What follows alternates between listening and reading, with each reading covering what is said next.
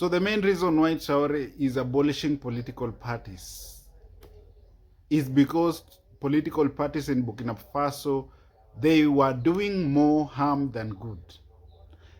In simple terms, political parties in Burkina Faso, they were acting as stumbling blocks towards development. That is why Traoré had to ban all political parties in Burkina Faso. First, he had to suspend them for a while. Then after a short time, Traoré came up boldly saying that he has permanently banned all political parties in Burkina Faso. Let's watch what Traoré was talking about in relation to that, as he was answering a journalist who asked about that particular question, why he had to do away with political parties. Then when we come back, we can analyze the video further. Your Excellencies, the activities of political parties were suspended and subsequently we saw their dissolution.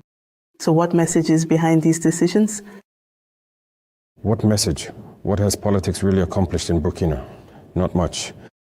Okay, message. What has politics managed to do in Burkina? Not much. It has divided us, that's a fact. Even within families, two brothers who belong to different parties will develop a fierce hatred for each other. You can't even imagine. And that's dangerous.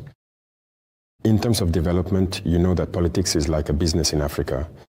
That is to say, if I am the president of a party, I recruit you because you are smooth talkers, skilled deceivers.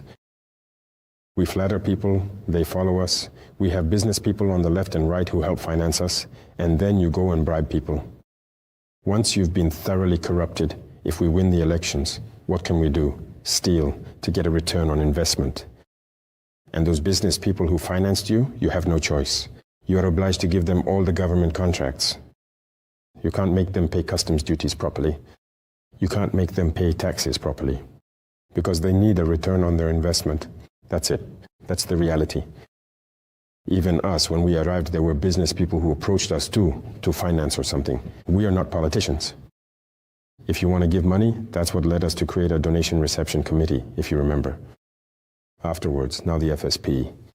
Because we were looking for money, but at the same time we said, well, since you have too much and you have a bad habit of giving while taking, and we put the treasury into an account. Now, if afterwards you come back and say, oh, well, we're supporting you, but I need my trucks at customs, they said this here, you need to help us get them out. That's usually what happens. They even explain the method to you because they say you're young or that you don't know how things work. That doesn't work with me. You will pay all the customs fees, you will pay all your taxes properly. If you want to blackmail someone because you supported them or whatever, let it be at the treasury. That helps the fighters. So this way of doing politics and everything, we've put an end to it. For that, we need a new political ideology. There needs to be training before we talk about politics in our own way. So that's why we suspended it. And afterwards, we dissolved it. But even they, the very ones who were involved in politics, agree. The RPP, it's not other people, it's the same individuals, but I think people now understand that they were manipulated, that they were on the wrong path. And now we are in the process of rebuilding something new. So in a way, it's not different people who left, it's the same individuals. But I think there was a turning point that allows us to start again on a new foundation. We no longer call them political parties for facts. Why do I say that? Because most of the so-called political parties, they are formed maybe 2 years prior to the election date or 1 year prior to the election date. In fact, some of the so-called political parties in Africa, they are formed like months to the general election. What do that mean? It means that we are forming what we call political formations, or they are forming what we call political formations. That's why I'm no longer calling them political parties. Just have a look at Africa as a continent. We have less than 5 political parties in Africa. Less than 5, if I'm not wrong. And if I'm wrong, you can correct me. We have less than 5 political parties in Africa. The rest are what we call political formations. Why am I saying that we have less than 5 political parties? You see, when I talk about political parties, I talk about parties which have grounds, okay, which have a history. These are parties which were not formed yesterday. They have a history. They have grounds. Less than 5 in Africa, if I'm not wrong. Less than 5. We have ANC in South Africa. I think ANC was formed way back in the 20s, way back. So that is a political party. It has grounds. We have Frelimo in Mozambique. We have MPLA. We have CCM in Tanzania. Then we have SWAPO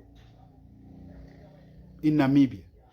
Less than 5 political parties. The rest, they are what we call political formations. These are parties formed by individuals who come together for the purpose of their own benefits. It is as simple as that.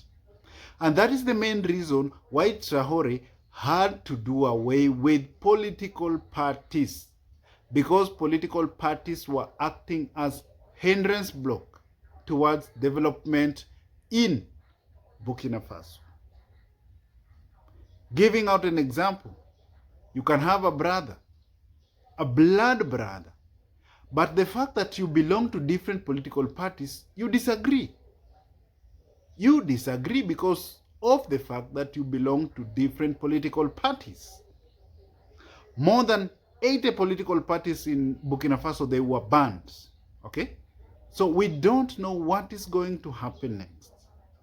We don't know what is going to happen next. Because first they were suspended, then later they came totally banned. So we don't know what will happen next in Burkina Faso, honestly speaking.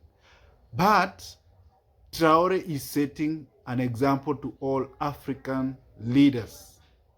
Even though he is dubbed as a dictator, but he is a good dictator. We can see what he's doing. We can see what Traoré is doing in the Burkina Faso. And the Burkinabes, they are loving what Traoré is doing. So even though most Africans, they are dubbing Traoré as a dictator, then the Burkinabes themselves, they love what Traoré is doing. We don't mind becoming a dictator. That's okay, as long as we can see things moving, as long as we can see improvement in our lifestyle. The economies are improving. Investors, they are coming to countries. And you can see for a fact that things are moving. Main reason why political parties were banned in Burkina Faso by Traoré.